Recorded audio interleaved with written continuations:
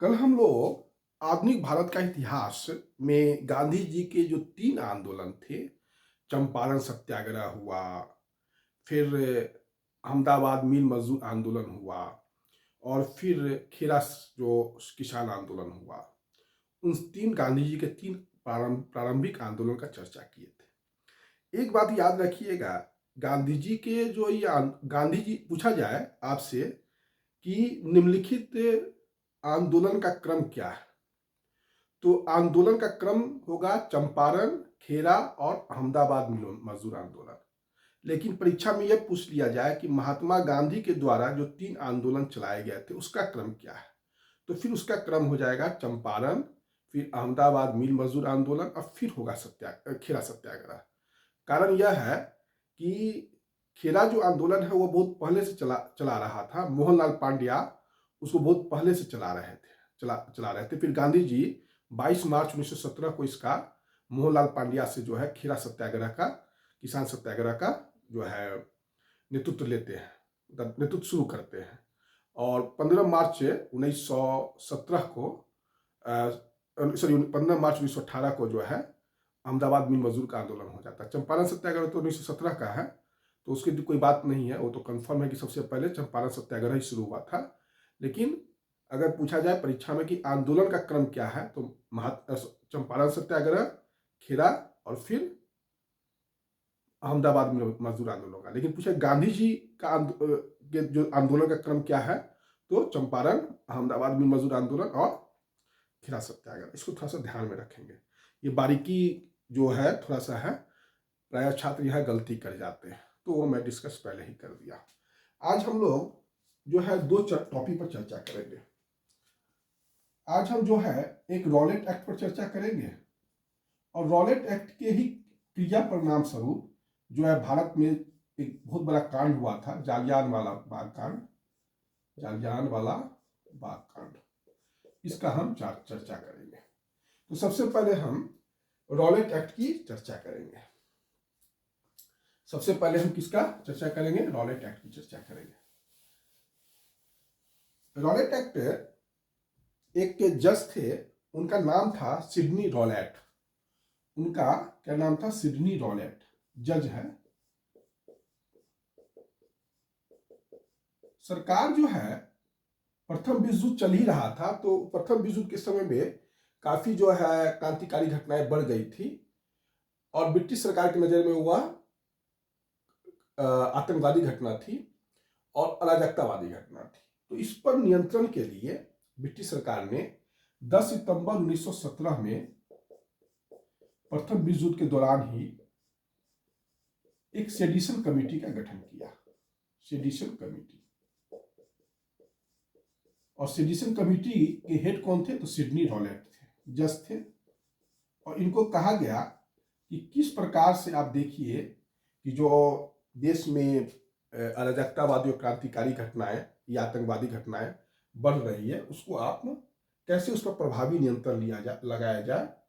तो इसको आप ध्यान में रखते हुए हमको एक प्रारूप सौंपिए, एक ड्राफ्ट सौंपिए, ताकि हम नियम कानून सरकार बना सके।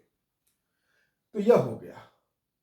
फिर जो है इसी सिडनी रॉलेट ने जो अपना ड्राफ्ट प्रस्तुत किया, उसी ड्राफ्ट को लेकर फरवरी 1919 में जो है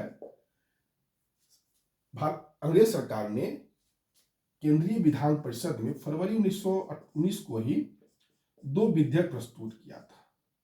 उसी में से एक विधेयक सेडिशन कमेटी का जो रिपोर्ट था, सिडनी रॉलेट की अध्यक्षता में जो गठन हुआ था, उसमें एक रिपोर्ट ये भी था, उस पर भी अधिनियम बनाना था। उसमें बिना भारतीयों की सहमति से जो है उस कानून को पारित कर दिया गया। उस कानून को पारित कर दिया गया और 18 मार्च 1919 को इस कानून को पारित कर दिया गया और 21 मार्च 1919 को इस कानून को लागू कर दिया गया। जब यह कानून लागू हुआ, इस कानून को क्रांतिकारी एवं अराजकतावादी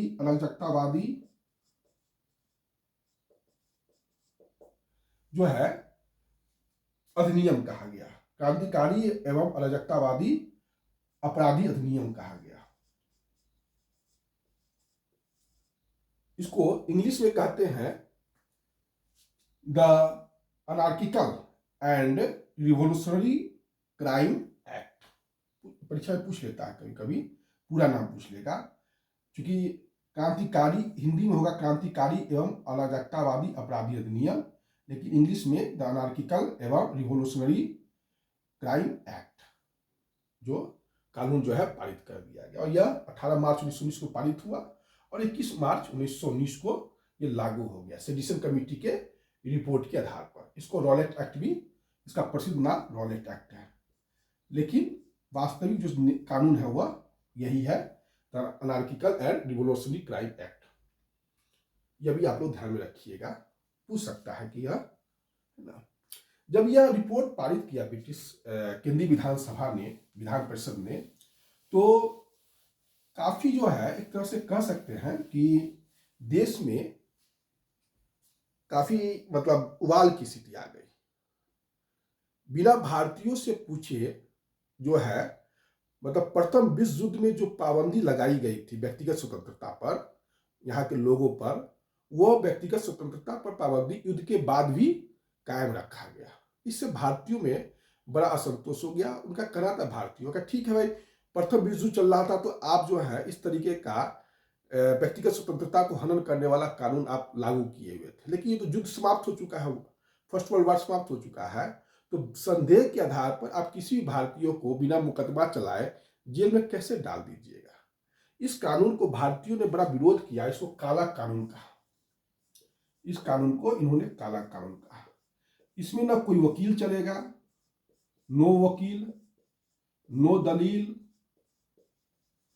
और नो अपील, कुछ नहीं, सीधे पकड़ेगा पुलिस, आपको बिना पूछे समझे कोई भी आपसे ना आपको मुकदमा चलाएगा, वकील नहीं लाना है, कुछ नहीं लाना है, आपको सीधे ब्रिटिश सरकार जेल के अंदर कर देगा।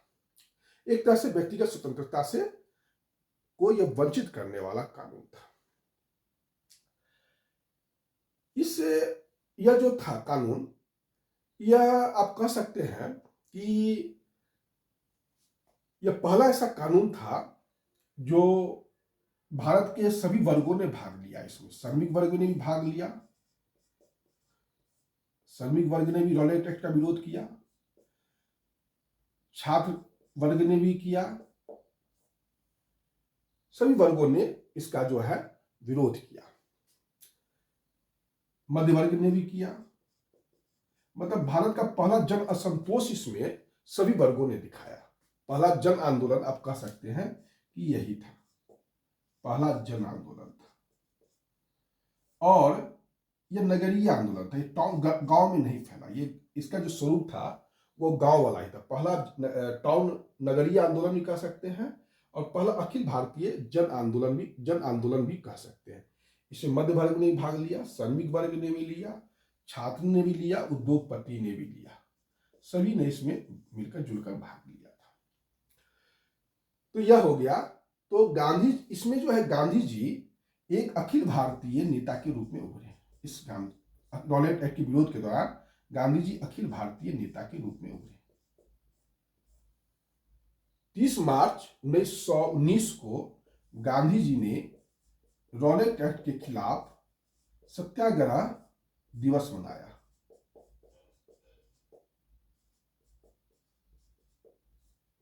सत्याग्रह दिवस मनाया इस चीज को। और एक सत्याग्रह उन्होंने सभा का भी स्थापना किया था। 30 मार्च 1919 को उन्होंने सत्याग्रह दिवस मनाया रॉलेट एक्ट के खिलाफ। गांधी जी अखिल भारतीय, देखिए चंपारण में जो सत्याग्रह आंदोलन किए थे वो क्षेत्रीय स्तर पर किए थे, चंपारण तक ही था। लेकिन यह जो 30 मार्च 1919 को गांधी जी ने सत्याग्रह दिवस घोषित किया, यह गांधी जी का अखिल स्तर पर पहला सत्याग्रह है। क्षेत्रीय स्तर पर पहला सत्याग्रह चंपारण, लेकिन अखिल भारतीय स्तर पर पहला सत्याग्रह अगर देखा जाए तो सत्याग्रह रॉलेट एक्ट के खिलाफ गांधी जी ने 30 मार्च 1919 को किया था। गांधी जी का पहला सत्याग्रह चंपारण, गांधी जी का पहला अखिल भारतीय सत्याग्रह रॉलेट एक्ट के खिलाफ 30 मार्च 1919 को किए थे। उन्होंने एक सत्याग्रह सभा भी बनाया। गांधी जी ने सत्याग्रह सभा भी बनाई। उस सत्याग्रह सभा में शंकरलाल बैंकर को शामिल किए थे। उसके बाद शंकरलाल बैंकर थे, द्वारका दास थे, जमुना दास थे, उमा सुमानी थी और बीजी हार्निमन था। गांधी जी ने एक सत्याग्रह सभा बनाया जिसमें शंकरलाल बैंकर, द्वारका दास, जमुना दास, उमा सुमानी और बीजी हार्निमन उस सत्याग्रह सभा में शामिल थे। गांधी जी जो थे अखिल भारत रॉलेट एक्ट के विरोध करने के लिए 3 मंचों का प्रयोग किए। कौन कौन मंच का प्रयोग किए? तो एक सत्याग्रह सभा का प्रयोग किया, इस मंच से भी गांधी जी ने जो है रॉलेट एक्ट का विरोध किया। दूसरा है होम रूल लीग का भी प्रयोग किया गांधी जी ने, और खिलाफत समिति का भी प्रयोग किया। 3 जो है रॉलेट एक्ट की विरोध करने के लिए गांधी जी ने 3 जो है मंच का प्रयोग किया। उसमें सत्याग्रह सभा का खुद उन्होंने निर्माण किया, होम रूल लीग के बारे में चर्चा कर ही चुके, और खिलाफत समिति का भी उन्होंने रॉलेट एक्ट के विरोध करने के लिए गांधी जी इससे पहले जो भी आंदोलन किए वे क्षेत्रीय स्तर पर किए थे, लेकिन अखिल भारतीय स्तर पर रॉलेट एक्ट का विरोध करना गांधी जी का पहला आंदोलन था। क्योंकि चंपारण हो या खेड़ा हो या अहमदाबाद हो, सभी क्षेत्रीय स्तर पर ही गांधी जी थे, लेकिन अखिल भारतीय स्तर पर यही था।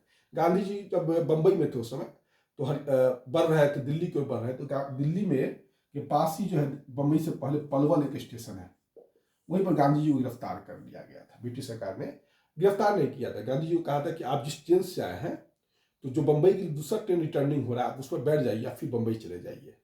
यही हुआ था, गांधी जी को चलाया था। उसी समय 6 अप्रैल 1919 को यह कहा गया कि रॉलेट एक्ट के विरोध के लिए अखिल भारतीय स्तर पर एक हड़ताल, देशव्यापी हड़ताल कीजिए, और दिल्ली में इस हड़ताल का नेतृत्व स्वामी श्रद्धानंद ने किया। स्वामी श्रद्धानंद ने किया, 6 अप्रैल को हुआ था, तो स्वामी श्रद्धानंद ने इस हड़ताल का नेतृत्व किया था। स्वामी श्रद्धानंद ने रॉलेट एक्ट के समय में उन्होंने लगान न देने का आंदोलन चलाया, लगान न देने का आंदोलन चलाया। रॉलेट एक्ट के समय में गांधी जी ने जो है स्वामी श्रद्धानंद ने लगान न देने का आंदोलन चलाया। तो ये रॉलेट एक्ट के विरोध में जो है कुछ इंपॉर्टेंट चीज जो है वो मैंने आपको डिस्कस कर दिया। रॉलेट एक्ट से जो भी क्वेश्चंस होंगे वो इसी के अंदर से आएंगे, इसके बाहर कोई भी क्वेश्चन नहीं बनेगा।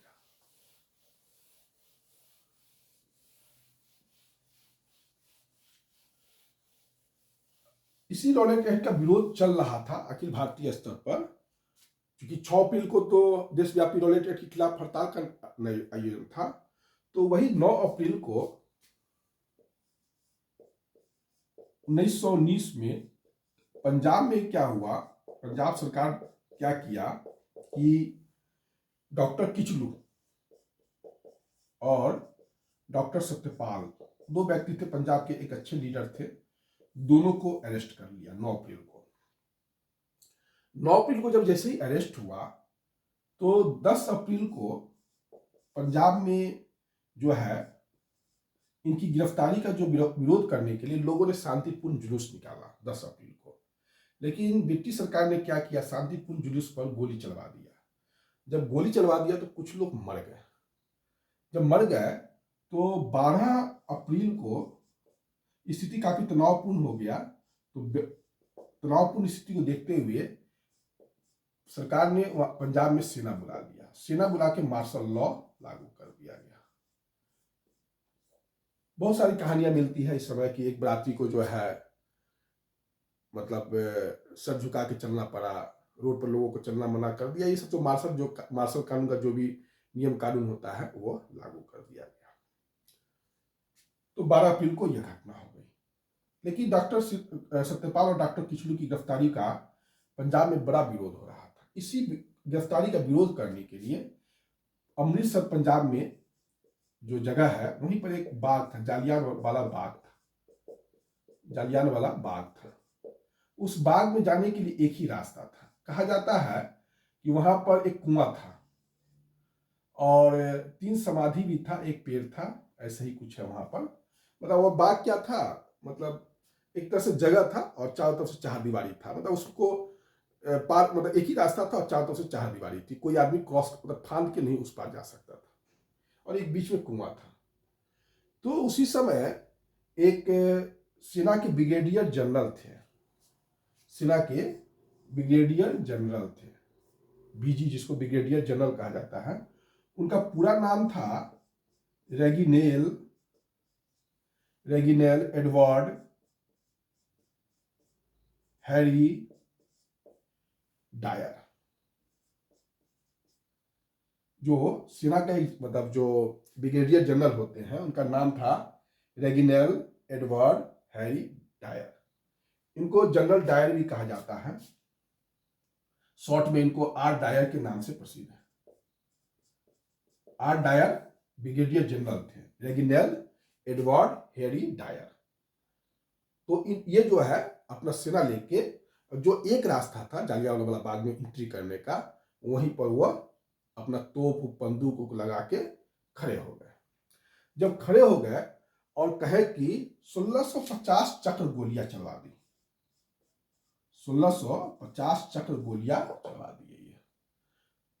20,000 की भीड़ थी उस बाग में, जालियांवाला बाग में, जो 13 अप्रैल 1919 की घटना है। 13 अप्रैल 1919 को जालियांवाला बाग का घटना हुआ था, और घटना इसमें कुछ नहीं था, शांतिपूर्ण एक सभा था, और उसमें जो है लोग जो है डॉक्टर सत्यपाल और किचलू की गिरफ्तारी का विरोध कर रहे थे, बस बात इतना ही था।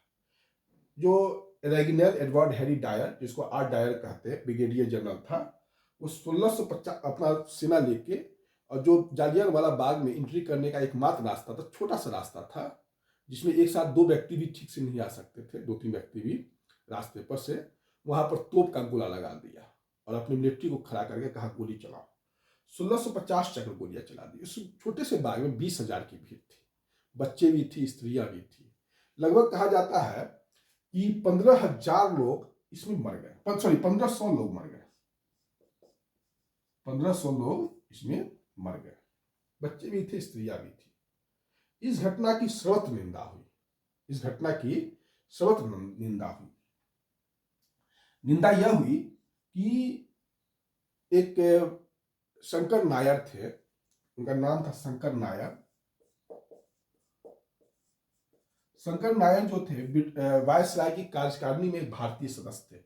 इस घटना के विरोध में 13 अप्रैल 1919 को जब जो जालियांवाला बाग घटनाकांड हुआ था अमृतसर में, उसके विरोध में शंकर नायर ने वायसराय की कार्यकारिणी से इस्तीफा दे दिया, यह उन्होंने किया। डायर को, जो Reginald Edward Harry Dyer R Dyer थे, इनको ब्रिटिश सरकार ने नौकरी से निकाल दिया, नौकरी से इनको निकाल दिया, और ये नौकरी से जब निकाल दिए गए तो चले गए ब्रिटेन। शंकर नायर ने ब्रिटिश कार्यकारिणी से इस्तीफा दे दिया। इसी समय जो एक रविन्द्रनाथ टैगोर है, रविन्द्रनाथ टैगोर का मैंने कल चर्चा किया था। रविन्द्रनाथ टैगोर ने 1913 में जो है गीतांजलि लिखा था, और 1913 में इनको गीतांजलि के लिए साहित्य का नोबेल प्राइज मिला था, और ब्रिटिश सरकार ने इनको सर या नाइटहुड की उपाधि दिया था, सर या नाइटहुड का उपाधि भी दिया था, कहीं कहीं नाइट भी मिलता है, सर या नाइटहुड या नाइट का उपाधि दिया था ब्रिटिश सरकार ने। जब जालियांवाला बाग का कांड हुआ तो बहुत आहत हुए रविन्द्रनाथ टैगोर, और 30 मई 1919 को रविन्द्रनाथ टैगोर ने कहा कि मैं भारतीयों के साथ खड़ा हूं, और आज के बाद मेरे साथ कोई ब्रिटिश सरकार का उपाधि या सम्मान नहीं जुड़ा है, सारी उपाधियां मैं ब्रिटिश सरकार को वापस करता हूं। तो नाइटहुड की उपाधि या सर की उपाधि रविन्द्रनाथ टैगोर ने ब्रिटिश सरकार को वापस कर दिया। इसी समय पंजाब में एक दीवान चमनदीप करके थे, इन्होंने क्या किया, डंडा फौज का स्थापना किया, और डंडा फौज से डंडा लेके चलते थे, और जो पक्षी उक्षी को मारने के लिए जो बंदूक होता है ना, उसको भी लेके चलते, चिड़िया मार बंदूक जिसको कहते हैं, और उस बंदूक को लेके चल के पोस्टर चिपकाते थे, जालियां ब्रिटिश सरकार का विरोध करते थे। बहुत अच्छा काम किया था चमनदीप ने, मतलब उस मार्शल लॉ के समय में भी डंडा के बल पर और चिड़िया मार बंदूक को लेके वो चल चल के अंग्रेज को के विरोध में पोस्टर लगाते थे और लोगों को, पंजाब के लोगों को सामूहिक करते थे, मतलब एक दूसरे से जोड़ते थे। यही है। तो दो व्यक्ति, शंकर नायर ने वायसराय की कार्यकारिणी से इस्तीफा दे दिया और यह ब्रिटिश सरकार पर बहुत प्रेशर पड़ा। जब प्रेशर पड़ा तो ब्रिटिश सरकार ने एक हंटर कमेटी का गठन कर दिया। क्या किया? हंटर कमेटी का गठन कर दिया कि हंटर कमेटी जो है जांच करेगा कि जनरल डायर ने क्या अपराध किया है ना। तो रेगिनेल एडवर्ड हैरी डायर उनका पूरा नाम है। तो इस हंटर कमेटी का रिपोर्ट आया। हंटर कमेटी में जस्टिस हंटर थे, खुद जस्टिस हंटर थे, इनका पूरा जो नाम है। और जस्टिस हंटर के साथ थे आपको justice Rankin, justice Rankin, justice Rice. Justice Hunter committee का गठन किया गया। हंटर कमेटी, हंटर जी का पूरा नाम था जस्टिस हंटर। उसमें रैस्किन थे, राइस थे, सर जॉर्ज बार्ले थे, जॉर्ज बार्थे थे, जॉर्ज बार्थे, सर जॉर्ज बार्थे थे, सर थॉमस स्कीथ थे इस कमेटी में, सर थॉमस स्कीथ थे, चिमनलाल सीतलवाड़ थे, चिमनलाल, कुछ भारतीय को भी रखा था इन्होंने, चिमनलाल सीतलवाड़ थे, शहबाज सुल्तान अहमद थे, शहबाज सुल्तान अहमद थे, और जगत नारायण थे। और कौन थे? जगत नारायण थे। सरकार ने जो जन दबाव काफी पड़ा, प्रेशर पड़ा, तो हंटर कमेटी का गठन किया और जस्टिस हंटर इसके हेड थे, अध्यक्षता थे। और उसमें जस्टिस रैस्किन थे, जस्टिस राइस थे, सर जॉर्ज बार्थे थे, सर थॉमस स्कीथ थे, चिमनलाल सीतलवाड़ थे, शहबाज सुल्तान अहमद थे, जगत नारायण, ये सबको मिला के उन्होंने हंटर कमेटी का गठन किया ब्रिटिश सरकार ने। ये कमेटी ने 1920 में रिपोर्ट सौंपा और रिपोर्ट में यह कहा कि ये जो मार्शल लॉ लगाना एक भूल है और ये जो घटना हुई है, लेकिन इसको प्रशासकीय निर्णय लेने में भूल बताया। इन्होंने क्या बताया? प्रशासकीय निर्णय लेने में भूल बताया। इस कमेटी ने प्रशासकीय निर्णय लेने में इसको भूल बताया। इनको नौकरी से तो निकाल दिया गया, जनरल डायर को, जो Edward Harry, Reginald Edward Harry Dyer थे, जो ब्रिगेडियर जनरल थे, उनको नौकरी से निकाल दिया गया। नौकरी से निकाल दिया गया, लेकिन जब वो ब्रिटेन गए तो ब्रिटेन में उनका बड़ा इज्जत हुआ और ब्रिटिश अखबार ने लिखा कि ये जो रेगिनेल एडवर्ड हैरी डायर जो है, जो ब्रिगेडियर जनरल है, जिनको जनरल डायर कहा जाता है, उनको जो है ब्रिटिश अखबार ने लिखा इस साम्राज्य के रक्षक है, साम्राज्य के रक्षक है। तो इतना बड़ा इनको काफी इज्जत दिया। ब्रिटिश शासक ने, ब्रिटिश साम्राज्य ने जो है इनको कहा मान की तलवार, प्राउड है, मतलब सोर्ड, यह तलवार जो है proud of, sword of proud इसको कहा जाएगा ना, मान की तलवार, इज्जत। और इनको मान की तलवार को उपाधि दिया गया, टाइटल दिया गया। उसके बाद इनको 20,000 का थाली भी दिया गया, रुपया भी दिया, सबक, मतलब ब्रिटेन में इनकी काफी इज्जत हुआ। लेकिन यह सब तो बात सही है कि उसी समय जब ये घटना हो रही थी, जालियांवाला बाग कांड, तो उस समय पंजाब के जो लेफ्टिनेंट जनरल थे, जिसको लेफ्टिनेंट जनरल कहा जाता है, उनका नाम था लेफ्टिनेंट गवर्नर पंजाब के थे, उनका नाम था माइकल ओडायर।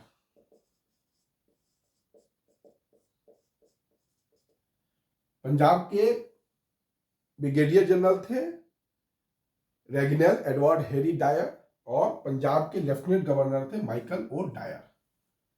दोनों डायर ही थे, ठीक, लेकिन एक आर डायर थे, एक माइकल डायर थे, इसको अंतर ध्यान रखना होगा। तो ये गवर्नर थे, पंजाब के लेफ्टिनेंट गवर्नर थे। जब यह घटना के बाद चले गए इंग्लैंड चले गए, तो लंदन में ये कैकेस्टन हॉल में भाषण दे रहे थे। लंदन में ये कैकेस्टन हॉल में भाषण दे रहे थे। ये घटना है 13 मार्च 1940 को। 13 मार्च 1940 को ये घटना हुई है। कैकेस्टन हॉल में जब भाषण दे रहे थे लंदन में, तो एक उधम सिंह करके क्रांतिकारी व्यक्ति थे। इन्होंने क्या किया कि माइकल ओडायर पर गोली चला दिया। माइकल ओडायर मर गए, मतलब बदला ले लिया जालियांवाला बाग कांड का। उधम सिंह ने बड़ा वीरता का काम किए। इनकी जितनी भी इज्जत किया जाए, सम्मान किया जाए, क्योंकि देश में अगर कहा जाए स्वतंत्रता दिलाने में इन्हीं लोगों का हाथ है। उधम सिंह जैसे लोगों का ही हाथ है। उधम सिंह, भगत सिंह, अजीत सिंह, लाला लाजपत राय, इन लोगों ने रियली जो है देश के लिए, जो है ना, आप कह सकते हैं देश के लिए जिया है। देश को अपने लिए उपयोग नहीं किया है। ये इन लोगों की खासियत थी। उधम सिंह ने इनको गोली मार दिया। बाद में उधम सिंह को फांसी दे दिया गया माइकल ओडायर की हत्या के प्रयास में। तो यह दोनों जो पंजाब के थे, पंजाब में उस समय भारत में जो वायसराय थे उनका नाम था जेम्स फोर्ड। भारत के अगर जो रॉलेट एक्ट आया था और जो जालियांवाला बाग कांड हुआ था, उस समय भारत के वायसराय कौन थे? James Ford, Lord James Ford थे। और एक भारत सचिव थे उसे मॉन्टेगू। भारत सचिव थे मॉन्टेगू। मॉन्टेगू ने जो है जालियांवाला बाग हत्याकांड को निवारक हत्या कहा है। मतलब इसको आप, निवारक हत्या का अर्थ हुआ कि यह हत्या नहीं भी किया जा सकता था, इसके बिना भी काम चल सकता था। ये मॉन्टेगू का कहना है, जो गांधी जी के बहुत निकटतम सहयोगी थे। एंड्रूज, CF एंड्रूज थे, जो बहुत ही निकटतम गांधी जी के व्यक्ति थे। उन्होंने कहा कि जो जालियांवाला बाग का हत्याकांड किया गया है, ये जानबूझकर किया गया है। ब्रिटिश सरकार ने ये जानबूझकर किया गया है और ये क्रूर हत्या है।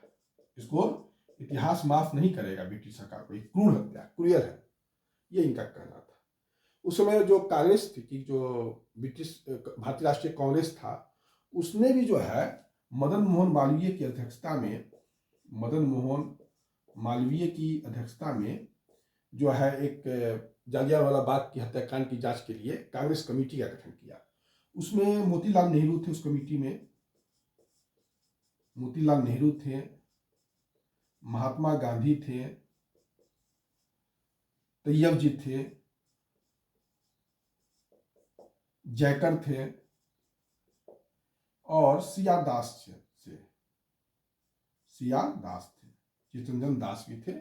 ये सब जो है इस कमेटी में थे। मदन मोहन मालवीय की अध्यक्षता में एक कमेटी का गठन किया गया जो जालियांवाला बाग हत्याकांड का जांच करेगा। उसमें मोतीलाल नेहरू, महात्मा गांधी, तैयब जी, जयकर, सीआर दास, ये सब, चितरंजन दास इनका पूरा नाम है, सभी थे, शामिल थे।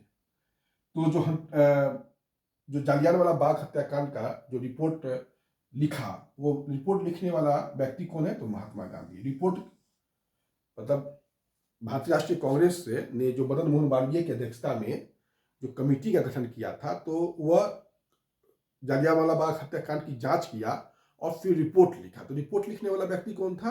तो महात्मा गांधी था। इस बात को ध्यान में रखिएगा। और महात्मा गांधी ने कहा, चाहे मदन मोहन मालवीय की जो रिपोर्ट थी, कांग्रेस कमेटी ने कहा कि जनरल डायर ने जो किया, डायर की निंदा किया और कहा कि वह विवेकहीन होकर आवेश में आकर यह काम किया। मतलब इस रिपोर्ट में, मदन मोहन मालवीय की रिपोर्ट में जो गांधी जी ने लिखा जालियांवाला बाग कांड पर, कि विवेकहीन होकर जनरल डायर ने आवेश में आकर यह काम किया। लेकिन यह जो भी हो, यह इतिहास में बहुत बड़ा, अगर रॉलेट एक्ट एक काला कानून है, तो जालियांवाला बाग जो है एक काला चैप्टर है, अध्याय है। और यह भारत गांधी जी ने ठीक ही कहा था। जब जालियांवाला बाग कांड हुआ तो गांधी जी ने कहा कि प्लासी की लड़ाई, प्लासी का युद्ध ब्रिटेन की सरकार की अगर यहाँ पर नींव मजबूत किया है, तो जालियांवाला बाग हत्याकांड उस नींव को हिला दिया। अब आज से ब्रिटिश साम्राज्य के पराभव के दिन शुरू हो गए। ये गांधी जी का स्टेटमेंट है। और गांधी जी रॉलेट एक्ट के बाद जो है एक बार अखिल भारतीय नेता के रूप में इनकी कहानी अब शुरू होगी, और फिर जो है आगे का जो मूवमेंट है, आंदोलन है, उसके साथ हम आपको चर्चा अगले क्लास में करेंगे। ठीक है, इसी के साथ ये वीडियो मैं यहीं पर समाप्त कर रहा हूँ। नेक्स्ट वीडियो में अब मैं आपको गांधी जी के अन्य आंदोलन की चर्चा करूंगा। धन्यवाद।